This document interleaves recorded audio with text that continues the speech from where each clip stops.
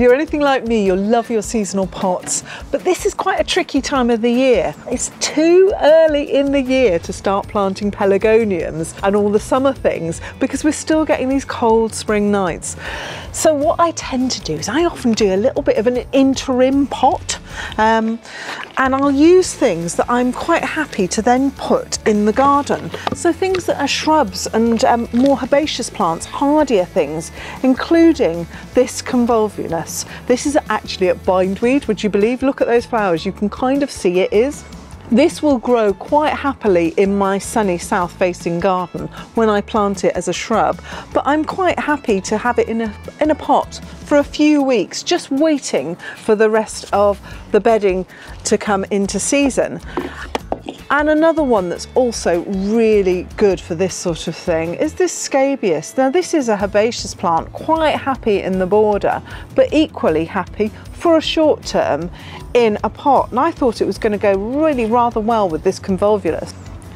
So in it goes. This is the butterfly plant, and you can see why, because it really does attract butterflies with all these little lovely little nectarous flowers, and bees as well.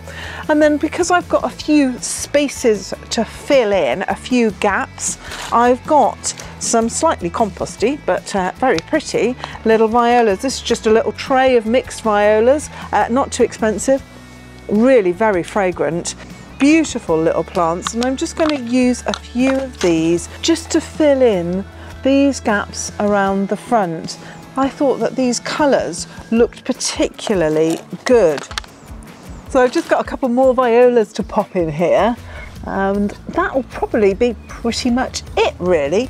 Keep it nice and simple, and I've got another one in this colour, and that's just as well. I think that's going to be full, because that is the last one I've got in these colours, which I think go rather well with the other plants. Doing the window box for the front of my house is a completely different matter. The front of my house is north facing, so it's shady and dark most of the time, especially in the winter. But one thing that will really love it is this fern. I love growing ferns, and they look great in window boxes. I'll probably keep this one in this window box all summer long.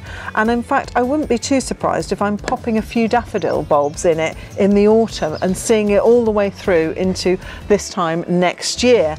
And then the fern will probably be getting a bit pot bound, and I can take it out, plant it in the garden. Another real shade lover is this one.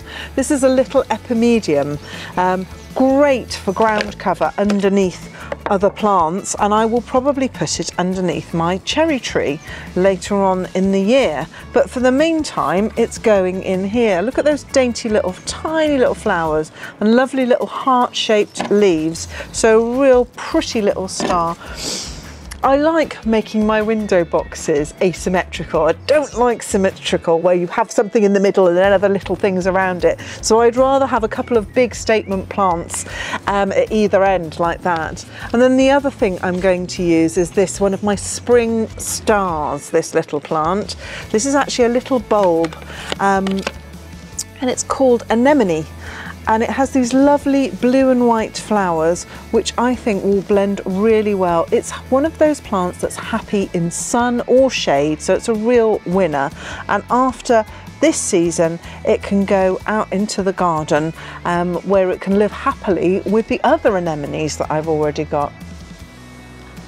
I've got a couple more little things here that I might use. I haven't quite decided yet. Shall I put these aqualegias in? What do you think?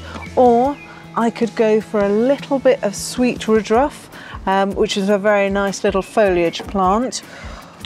Or I could just keep it simple and go for a few more violas. I've got that lovely little icy blue one, which would probably do rather well. I think I'm going to do a little bit of a mixture.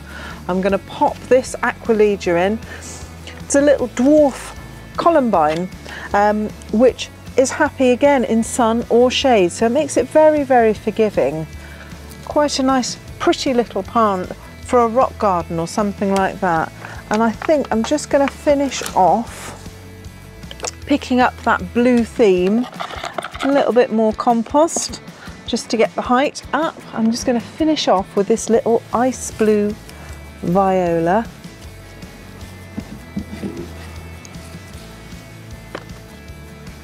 And a little bit more compost just to fill in that gap. And then I'm going to put it in situ and give it a jolly good water.